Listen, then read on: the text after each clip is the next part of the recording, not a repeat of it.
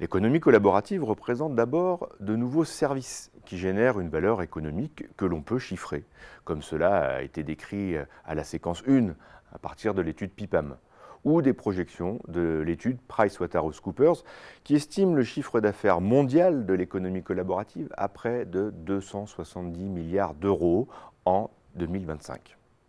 Notons ici que la France est une terre d'accueil très favorable à l'économie collaborative, qui s'y développe fortement, tant en termes d'usage que de nouveaux services, avec des leaders comme Blablacar, mais aussi une multitude de petites start-up dans de très nombreux domaines. Le plus souvent, cette valeur se décompose en deux parties. La première est prise aux acteurs traditionnels dans une logique concurrentielle, et l'autre constitue une valeur nouvellement créée.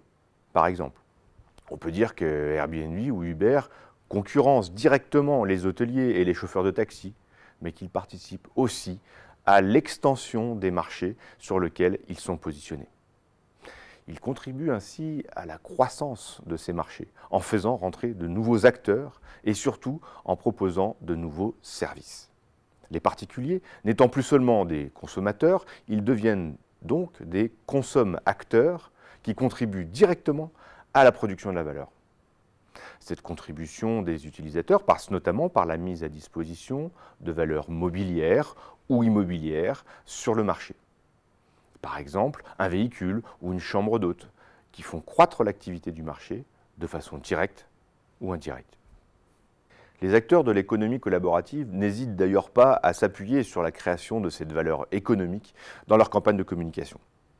Comme par exemple Airbnb qui annonçait fin 2015, étude à l'appui, contribuer pour près de 2,5 milliards d'euros de retombées économiques en France, chaque année.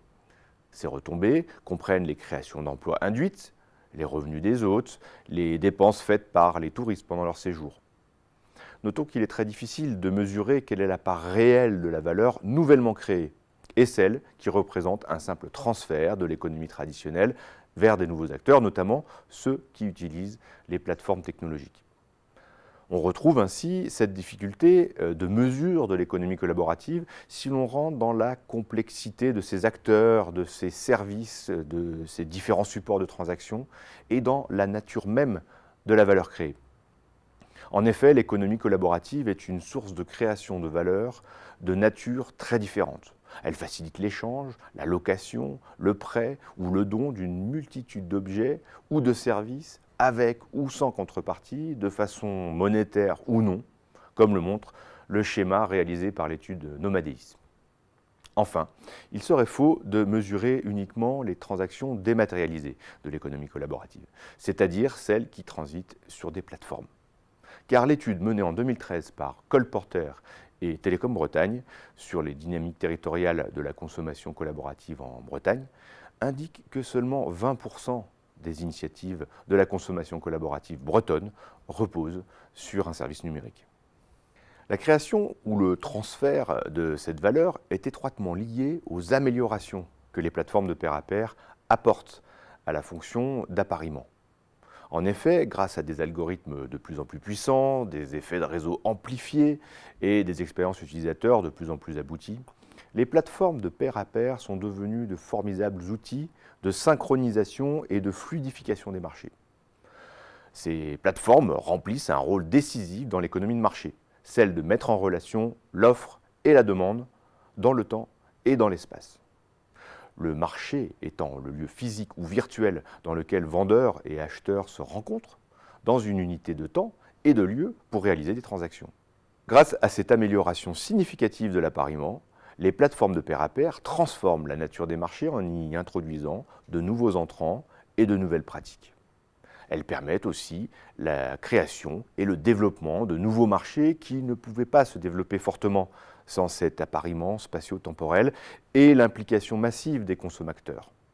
Par exemple, de nombreuses plateformes de pair à pair se développent avec succès dans le domaine de la restauration entre particuliers, comme Visite, alors que cette pratique était très marginale en dehors des plateformes. On peut aussi constater que les plateformes de pair à pair stimulent de nouvelles activités, de nouvelles pratiques et de nouveaux modes de consommation.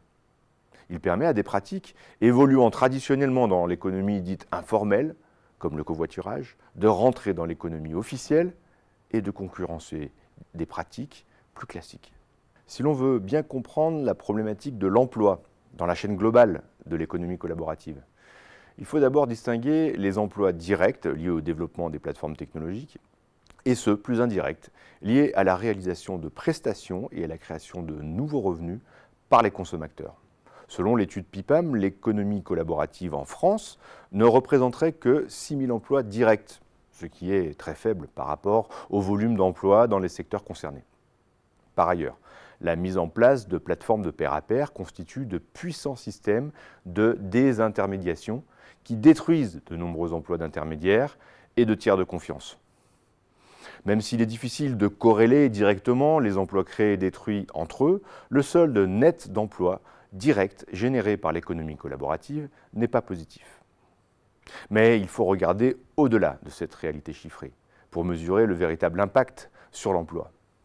Certains, comme Andrew McAfee dans Race Against the Machine, affirment que ces technologies sociales de collaboration constituent une troisième économie, après l'économie traditionnelle et l'économie digitale. Économie qui va détruire de très nombreux emplois et obliger nos sociétés à repenser en profondeur leur modèle de répartition de la valeur. D'autres, comme Bernard Stiegler, vont encore plus loin en prophétisant la fin de l'emploi, avec une vision positive de ce que cela pourrait apporter à la société en termes de qualité de vie, de temps disponible et de nouvelles activités à plus forte dimension humaine. Il est intéressant de mettre ces visions prospectives en écho avec l'augmentation structurelle des travailleurs indépendants aux États-Unis, où leur proportion a atteint 30% du marché du travail et pourrait dépasser celle des salariés dans les 5 prochaines années. En France, la proportion est beaucoup plus faible, mais l'accroissement des travailleurs indépendants depuis 10 ans est impressionnante, avec une croissance de 85%.